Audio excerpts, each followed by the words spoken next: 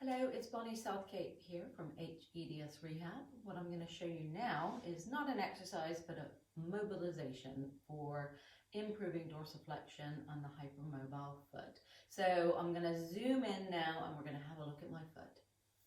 So some people will be comfortable bringing their feet up and holding their feet and some won't. In my clinic I tend to do this for my clients, so it's not going to be suitable for everybody.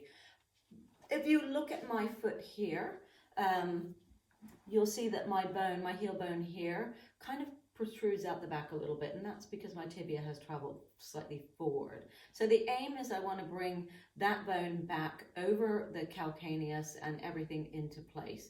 So I can either cup my heel with my hand and take my other hand in the front of the ankle bone, and I can gently pull it back, and you can see how it straightens the alignment of the calcaneus out with the lower leg bone, and then I can lift the foot up and then relax. And I can just do that where maybe I have my heel on the edge of the chair and I can take both hands and pull the ankle bone back, and you can just feel that freeing up the ankle a bit, and then you can take it into dorsiflexion and relax. And again, that's just drawing the heel. So you want the heel bone to go forward and the tibia and the fibula to go back, and then you can lift the foot up. And this feels really nice and freeing on the ankle.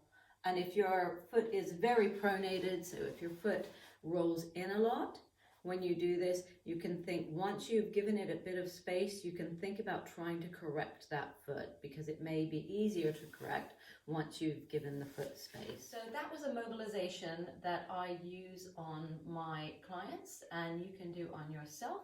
So thank you for watching. It's Bonnie Southgate from hEDS Rehab.